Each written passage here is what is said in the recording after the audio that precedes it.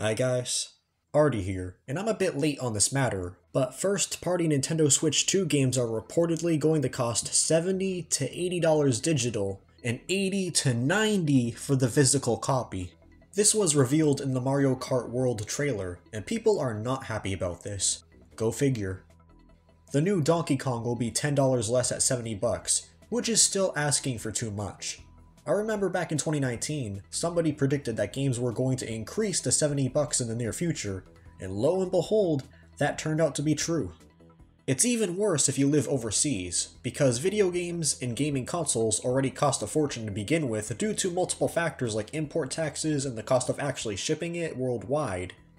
Numerous gamers all over the world resort to piracy, and I don't blame them for it.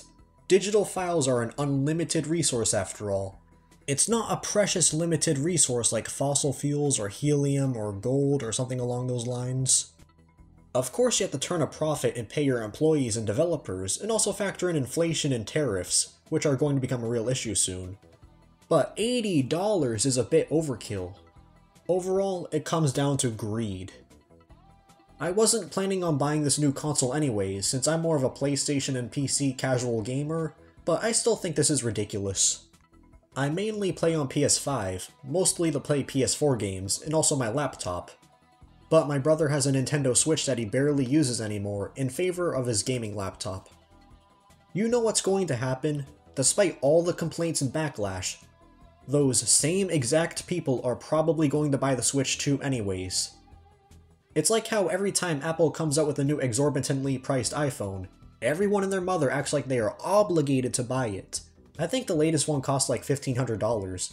That's like half a month's rent or a down payment on a car. Meanwhile, I'm just sitting here casually using a Samsung Galaxy that came out a few years ago, and also a ThinkPad Lenovo laptop that's over 5 years old and still works perfectly fine. No one's telling you that you have to buy it, so why do people act like they don't have a choice? It's not a necessity like food, water, electricity, internet, or shelter. Rest assured, you can live without a Nintendo Switch 2. It's not a life or death situation. It's not that hard to say no. Also, we should be grateful for the things that we already have.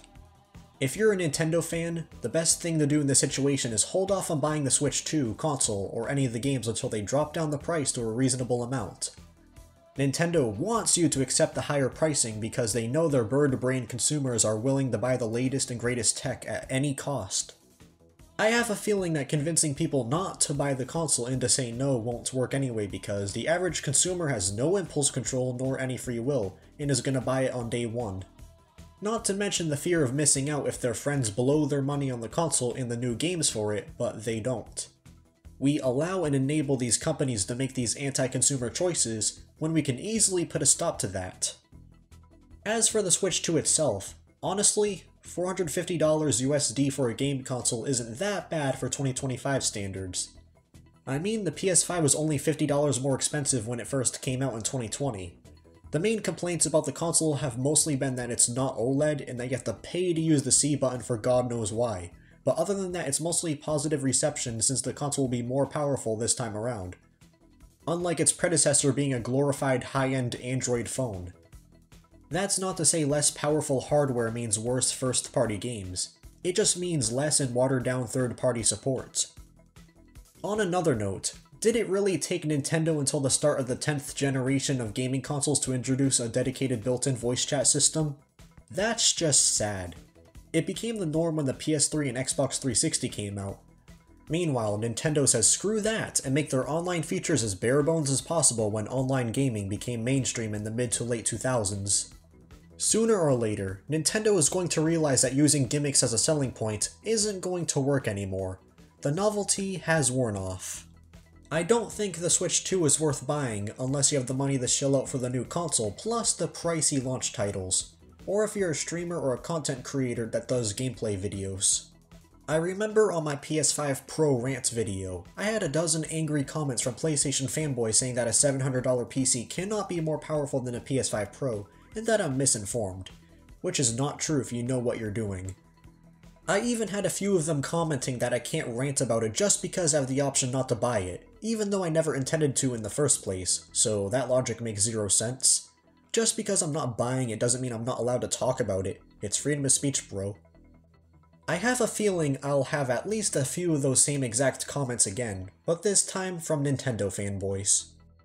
So anyhow, the console comes out in early June, so you have plenty of time to make up your mind beforehand.